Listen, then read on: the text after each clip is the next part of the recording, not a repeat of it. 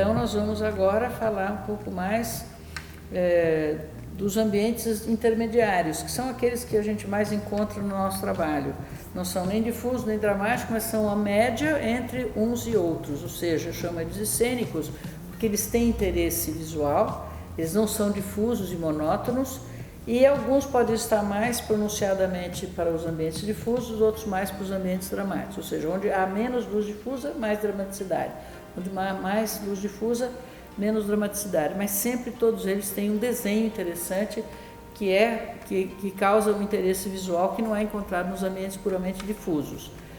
Então, vamos ver como a gente pode definir. Os cênicos difusos têm menor contraste e os cênicos dramáticos têm maior contraste. Os cênicos difusos têm fundos um pouco mais claros, um pouco mais de difusão, os cênicos dramáticos têm menos difusão, ambientes um pouco mais escuros. O que eu gostaria que vocês fizessem daqui para frente, nós vamos mostrar muitas fotografias, independentemente de estarmos falando de ambientes dramáticos, difusos ou cênicos. Então, a partir de agora, como os cênicos, tanto difusos, mais difusos ou mais dramáticos, têm predominância no que nós vamos ver, prestem bem atenção em tudo que nós fomos apresentando e vocês vão concluindo o seguinte: esse ambiente é um pouco mais difuso, esse é um pouco mais dramático, para vocês começarem a treinar e, saindo pela rua, começarem a fazer a sua própria avaliação, né? A partir daqui, então, nós vamos falar bastante dos difusos, cênicos difusos com menos contraste, baixo contraste, e os cênicos dramáticos, aqueles que têm mais alto contraste. Então, vamos falar um pouquinho de exemplos de cênicos difusos e vamos começar, como sempre, por uma imagem da natureza, onde a gente está mostrando com clareza que o aspecto dessa pequena névoa, essa mínima névoa no fundo, mostra aquela suavidade ou a diferença entre o mais interessante do ponto de vista de sombras, que é o primeiro plano da fotografia, que são as sombras, com a luz vindo de trás, uma série de folhas em silhueta. Existe, portanto, um ponto dessa fotografia onde existe um interesse cênico, que é justamente essa parte onde os contrastes são mais pronunciados.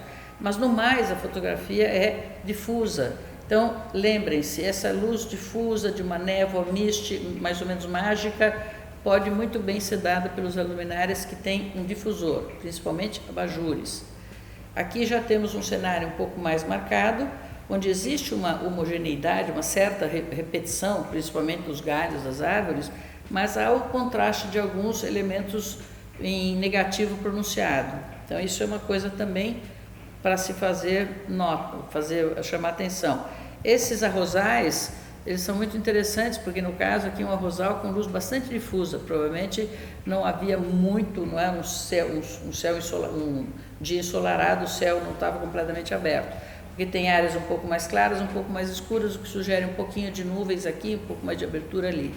Mas os degraus de cada um desses patamares formam uma sombra bastante pronunciada, portanto, aquilo que é simples, que é difuso, que é homogêneo ou uniforme, passa a ter um interesse visual bastante grande.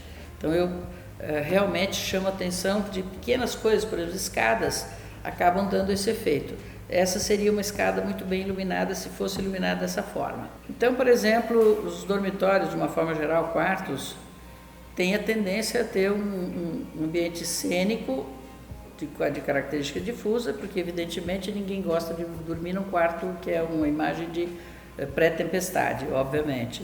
E linhas luminosas, detalhes muito sutis. Quando eu falo linhas luminosas, como esta aqui, que é sutil, que não traz manchas, que não traz contrastes excessivos, são pontos de interesse para diminuir a difusão ou a eventual monotonia de uma difusão.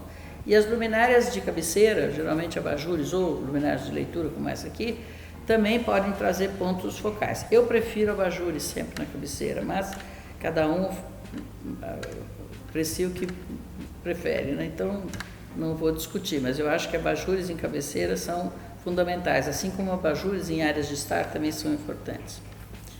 Diria são fundamentais. Aqui, por exemplo, um corredor onde o designer preferiu fazer um desenhozinho no teto, criando um interesse visual simpático. Até tem uma pequena reflexão daquela parte do teto na parede do lado direito. Aí a altura pode ser pequena, porque não se trata de uma grande área a iluminar. Não vejo que sempre todas as regras, tem várias exceções, é por isso que dicas são perigosas na arquitetura. A gente tem que olhar caso a caso, estudar o caso específico e dar uma solução para esse caso específico. Então aqui, essa luz que não tem boa reprodução de cor, porque é um amarelo cítrico bastante pronunciado, né? Dá um reflexo na área do lado direito e cria um interesse no teto. Eu provavelmente não faria uma solução dessa, mas é uma maneira de fazer um atrativo visual numa coisa que é bem sem graça, que é esse corredor estreito e cheio de portas de um lado do outro. Obviamente, faço menção que essas luminárias à esquerda na parede não vão iluminar quadros, porque vão dar manchas nos quadros, mas poderiam estar no centro iluminando um pouco mais o piso, gerando um pouquinho mais de luz difusa nas paredes por reflexão da luz no piso, né? Então a escolha da luz colada à parede não é muito feliz, né? Aqui é um ambiente que eu classifico tipicamente um cênico difuso, bastante difuso, no limite de ambiente difuso. Tem quadros, tem pequenos wall washer, grazing wall washer, que diminuem um pouco a difusão total do ambiente. Até os móveis são claros, né? Mas há um interesse por conta da sugestão dos elementos de iluminação rasantes à parede, no teto e na parte de baixo do móvel, né? Um outro ambiente que é predominantemente difuso, onde a sanca é mais larga e, portanto, melhora um pouco a distribuição da luminosidade em cima dos quadros e bastante suave em cima do sofá. Mas notem que existe uma luminária focada, para quem olha nesse ponto de vista da sala, diretamente ao olho do observador, né? Que é uma luminária bastante ofuscante e que é um elemento bastante indesejável em todos os interiores, né? Ele vem falando sobre isso. Um outro ambiente que é cênico, porém difuso, é esse caso onde a gente pode chamar atenção para algumas coisas. Há um difusor central interessante que faz uma luz frontal nas pessoas que estarão sentadas nesse sofá, né? Dá para ver claramente que o sofá vai ser bem iluminado para as pessoas. E os abajures são difusos, portanto eles contribuem também para a iluminação das faces. Então tudo isso está bem resolvido. A sanca podia ser maior ou a lâmpada poderia ser colocada num ponto melhor. Nessa sanca, a posição da lâmpada provavelmente está muito abaixo do nível superior da borda externa da sanca. A lâmpada deveria estar meio centímetro abaixo da face superior dessa borda de frente da sanca, porque aí a luz sairia mais rasante e não tão inclinada em direção ao teto. Nós vamos fazer depois um curso só sobre sancas e rasgos, etc., para vocês aprenderem como desenhar bem e como não desenhar de jeito algum. Nesse caso, poderia haver uma difusão maior no teto, mas a sanca pelo menos está bem executada, porque a linha luminosa resultante é bem homogênea, bem regular. Agora, faço menção de novo a uma coisa abominável chamada manchas na parede, né? Essas lâmpadas muito coladas à parede mostram totalmente o facho da luminária, no caso da lâmpada, né? De uma dicróica, que tem um facho duplo e por isso esse facho marcado é a própria fotometria da lâmpada. Acaba introduzindo um ruído que não tem nada a ver com a regularidade das superfícies dos outros elementos desse ambiente, né? Aqui é a mesma coisa, as clássicas manchas. Note-se que à esquerda, se a luminária não tivesse uma lâmpada de Croy, que ela não fosse incorreta do ponto de vista do facho como essa, o resultado, tipo um grazing wall washer do lado esquerdo, na parte inferior da escultura, desse painel escultórico, né? Ficaria muito boa solução. O problema é que a luz está dirigida, ela está pegando de frente e de forma muito forte a parte superior do elemento, então acaba dando uma mancha desagradável na parte superior. A mancha na parte inferior, ou seja, a sombra da textura da obra, é perfeitamente correta e se integra muito bem à superfície em geral. Agora, note-se de novo a imensa quantidade de fachos. Esses dois fachinhos, eles por acaso estão bem distribuídos em relação ao painel da parede branca, né? A superfície branca da parede, e o quadro está bem centralizado de maneira que os fachos acabam ficando quase simétricos em relação ao quadro. Isso diminui muito o efeito danoso da mancha na parede, mas não deixa de ser manchas na parede, né? Então, é uma pena que tivesse essas manchas, porque senão seria um ambiente cênico, difuso, mas de boa qualidade, né? Aqui de novo manchinhas, mas essas manchinhas pelo menos têm um ritmo razoável, como eu digo. Se o ritmo for pelo menos melhor, não seria assim tão desagradável. Mas note que a luminária tem um facho muito intenso na parte superior e bem pouco intenso na parte inferior. Então essa mancha intensa na parte superior é muito desagradável. E esse facho reto na parte de cima é sinal de que não existe nenhum difusor na saída da lâmpada. Se houvesse um pequeno difusor, um bright fuse, uma coisa simples, que tira muito pouca luz, mas amacia o facho, haveria uma mancha com essa forma, mas não seria um corte luminoso. Então, as luminárias que não têm esses produtos, e por isso elas são mais baratas, elas acabam dando esse tipo de manchas. E a gente vive com esse tipo de manchas o resto da vida, né? É uma questão de economizar 3 tostões ou 3.000 reais e depois continuar com esse facho o resto da vida. Não é uma opção.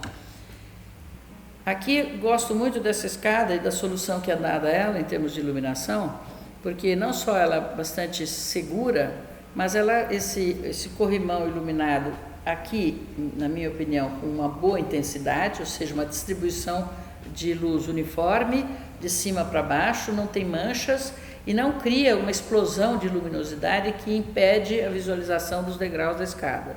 É uma bonita solução essa daqui, bem elegante realmente. E parecido com isso, mas agora falando de luz natural, porque essa foto é de luz natural. Mas reparem, nós podíamos ter uma luz artificial aqui nessa abertura, e certamente deve ter à noite.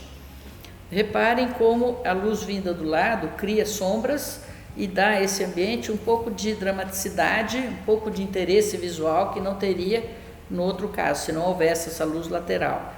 Mas, quando à noite se usa o ambiente, tem a luz no box, como se deve, e lá no ambiente da bacia também. Aqui uma situação muito parecida com a anterior, mas já com a luz artificial controlada, né? com a abertura, que provavelmente tem luz natural durante o dia. Um rasgo na parte central e uma luz indireta e uma luz direta sobre a pia, atrás do espelho. A luz que sai do lado direito é uma luz que contribui muito para o ambiente como um todo. De fato, quando houver menos intensidade luminosa, haverá um contraste maior nessa linha luminosa central e das linhas do espelho.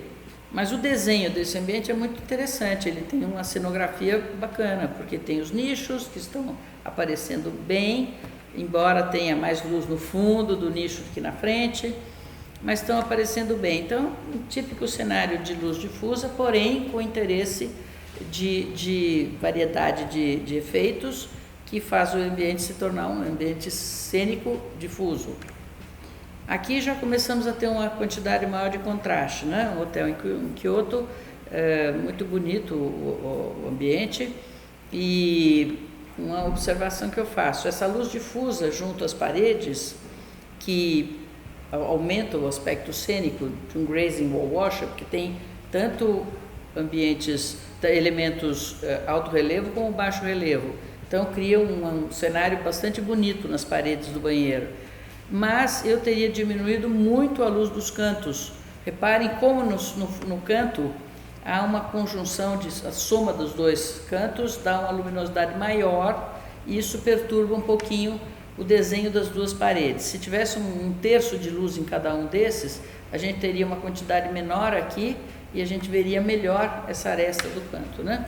Mas é um ambiente extremamente interessante, é um ambiente cênico com interesse, um ambiente cênico com interesse de alguma dramaticidade, né?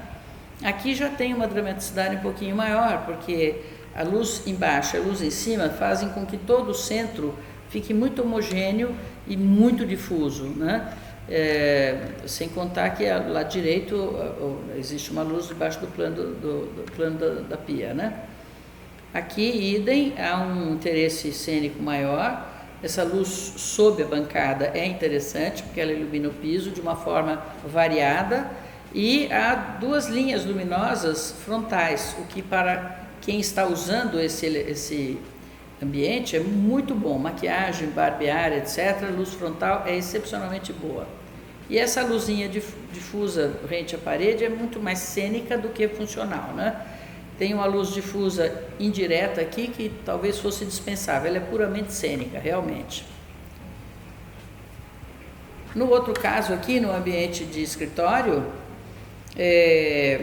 a disposição da luz sobre a mesa, em combinação com o ambiente todo, é um elemento que torna a sala um pouco mais interessante do ponto de vista do desenho geral. Mas é um ambiente difuso, certamente as luminárias do lado direito estão apagadas, né, porque tem uma área escura, mas a gente pode ver as luminárias lá que não estão ligadas. Em seguida, temos aqui o ambiente com luz fluorescente, tradicional, antigas, né? E há uma clara falta de luminosidade na parte superior das duas paredes laterais, porque o facho de luz vem até aqui e ele é igual dos dois lados. Reparem que aqui tudo é mais escuro e aqui tudo é mais claro, né? A parte inferior é mais clara. Pessoalmente, eu não gosto desse efeito, porque ele dá uma impressão de escuridão para o ambiente que não existe no próprio ambiente, já que os planos de trabalho estão bem clareados, né? Mas reparem também que aqui no fundo há uma confluência aqui das duas fotometrias das luminárias, o facho luminoso pega um pedacinho aqui e outro pedação ali, então acaba dando uma mancha luminosa. Se houvesse tratamento lateral nessas paredes, ou se essas luminárias estivessem mais assimétricas, elas gerariam iluminação completa nas duas paredes e deixariam uma luminosidade menor nesse piso que está muito brilhante, né? Toda madeira com brilho, que seja semibrilho, vai dar uma certa luminosidade refletida, né? Então, se esse ambiente tivesse, em vez de luminárias de facho simétrico, ou seja, igual dos dois lados do hemisfério, né? Tivesse luminárias assimétricas, ela poderia ter a parede toda iluminada, menos brilho nesse piso, porque então o brilho não seria visto no piso, porque o facho estaria destinado a uma parede e a outra parede, e talvez isso desse um pouco mais de interesse visual e um pouco mais de conforto para essa sala, para ter a parede toda iluminada, né? Uma sala de reuniões, onde há um desenho no teto de uma elipse e uma luminária pendente para acrescentar um pouco de luminosidade ao ambiente da mesa, né? E garantir que todas as pessoas que fazem parte da reunião estejam bem identificadas. Mas é um elemento da parte de interiores que acaba gerando um interesse visual na sala, porque isso é um movimento visual, né? Essa mesma sala vista do outro lado pelo eixo da mesa, né? Reparem que no fundo existe um conjunto de nichos, nichos com elementos variados, que dão um certo interesse para o espaço como um todo, né? Já que essa sala é bastante grande, o espaço é abundante, então essa parede de fundo acaba contribuindo para o aspecto cênico do ambiente, que é um aspecto cênico meio dramático, meio difuso, porque eu considero essa sala bem cênica, meio tempo, nem tanto difusa, nem tanto dramática, né? Então, existem muitas maneiras de chegar nisso. Agora, quando há uma conotação um pouco mais exuberante na parte de contrastes, a gente pode chamá-los de cênico-dramáticos, como, por exemplo, esse auditório, onde a luz rasante, vejam que é bem rasante, né? O fato de existir um trecho estreito, com uma sanca estreita, com a saída luminosa razoavelmente bem rasante a superfície, faz com que toda a placa fique escura no canto, e aí ela tem um contraste com a próxima claridade do pedaço da próximo rasgo, né, da próxima sanca. Então isso dá um movimento cênico que já é tendente ao dramático, né? Não é tão difuso como os anteriores. Aqui também um edifício antigo, valorizado com iluminação indireta, onde há vitrines de elementos da exposição, né? Em que essa dramaticidade das curvas, escuros e claros, começa a mostrar que esse é um ambiente de maior quantidade de contrastes. Reparem que nesses ambientes de forte impressão mais dramática, os acabamentos em pisos principalmente são mais escuros, né? Aqui um ambiente de um teto muito elaborado, com uma grande variedade de elementos, onde há uma riqueza visual indiscutível, Portanto, há uma tendência de um ambiente cênico para o dramático, não tão dramático como o anterior. Idem aqui, há um cenário que é menos difuso, que é um pouco mais rico de contraste, que traz, evidentemente, um interesse maior. Mesma coisa aqui, onde há um ambiente um pouco mais escuro, geral, e uma luz mais focada para as mesas e para o balcão de atendimento aqui, né? Com ênfase maior para a cozinha lá no fundo ou para os sushi men que estão aqui na frente, né? Reparem que é bonito, elegante essa última parede aqui, com elementozinhos, né, na parede, que dá um interesse visual bastante grande. E nessa fotografia, eu gosto de ver que há uma combinação extremamente elegante entre os acabamentos de madeira, as tonalidades das lâmpadas e o ambiente mais para cinza do serviço do balcão. Bastante elegante esse conjunto aqui.